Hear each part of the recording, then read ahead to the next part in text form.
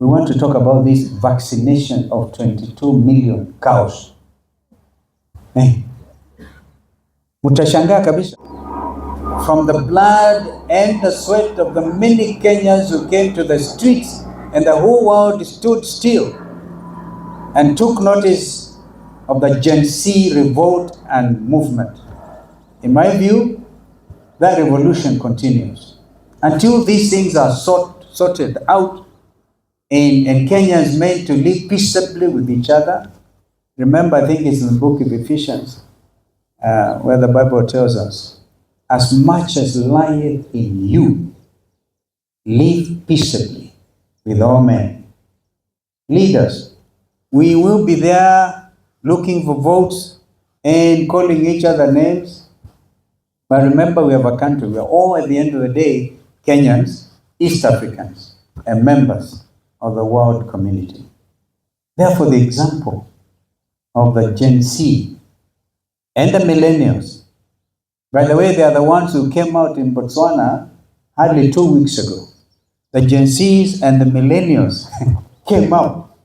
So I think it's within the mediation spirit to ask this administration to give ideas to these young Kenyans, because they want to come and teach some people a lesson of their lives.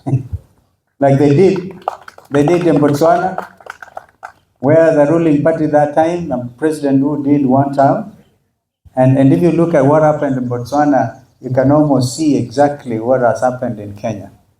The president who was driven out by the Gen Zs and the millennials was torturing his predecessor, Ian Khan, I think that's the name. Yeah, and in fact, that president escaped. Former president went to South Africa on exile. And then you preach hatred. Again, remember the biblical principle. You kill by the sword, you die by the sword. Hey. So there's so much. When God gives us bread, let us live peaceably with each other. Don't punish your opponents. You know, now, there are business people in this country who cannot dare to be identified with the opposition because they know the KRA people will be on their case tomorrow. Yani watu wanaishi kwa woga. So we must say no to fear. In a democracy, you cannot have that principle of fear and call yourself a democratic state. Therefore, the Gen Z said, whether we die, they were almost like Paul, who wrote and said, for me to live is Christ, and to die is gain. They said to die is gain. So we have to redeem this land. So that blood cannot have been shed in vain. In 2023, at these grounds, after the demonstrations, the churches in Nairobi could not even allow us to hold some requiem mass for the almost 70 young people who died. So you had to put a tent here. You may remember media colleagues that we were putting wreaths here. Former President Uhuru was here, Raila was here, I was here, and other leaders. We couldn't even be allowed to bury those young people decently. And we ferried them to Siaya, to Makueni. We ferried them. And then a repeat of 2024, this time led by the Gen Zs. So there's time now, there's need for us to talk, mediation, and ability to live together as Kenyans. Though we will disagree, as indeed we ought to in a democracy, but let us remember that what is it that is the nexus holding us together? Our Constitution 2010, bequeathed to us by President Kibaki. At least hold that. Let's hold to that constitutionalism, that sense of constitutionalism and the rule of law. And when we say tumeumizana, people should be safe to say sorry literally and do something about it. We will on Friday hear be addressing a very critical issue because our research team is on it. So media, don't be tired. We want to talk about this vaccination of 22 million cows.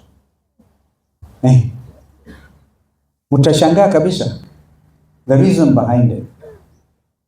People using climate change debate say our cows produce methane gas, which is okay, our cows, right?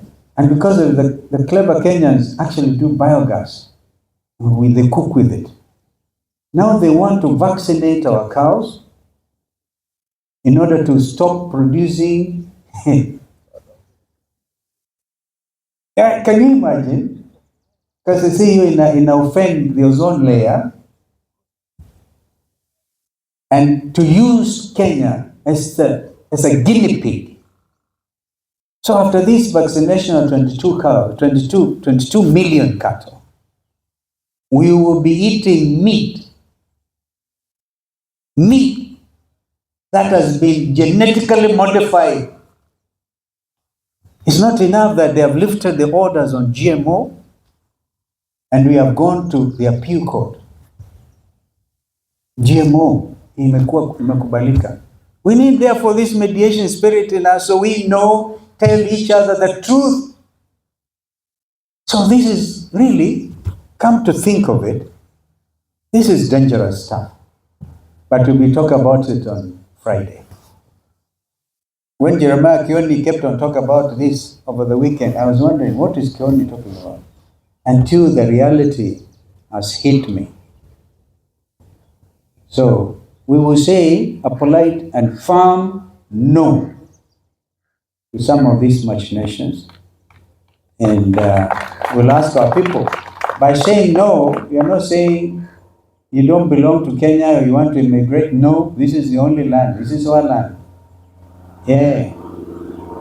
In the book of Isaiah, Kenyans have tried to identify where Kenya is. The land beyond the rivers of Ethiopia. So this land is important. Kwa hivyo mimi nawashukuru sana.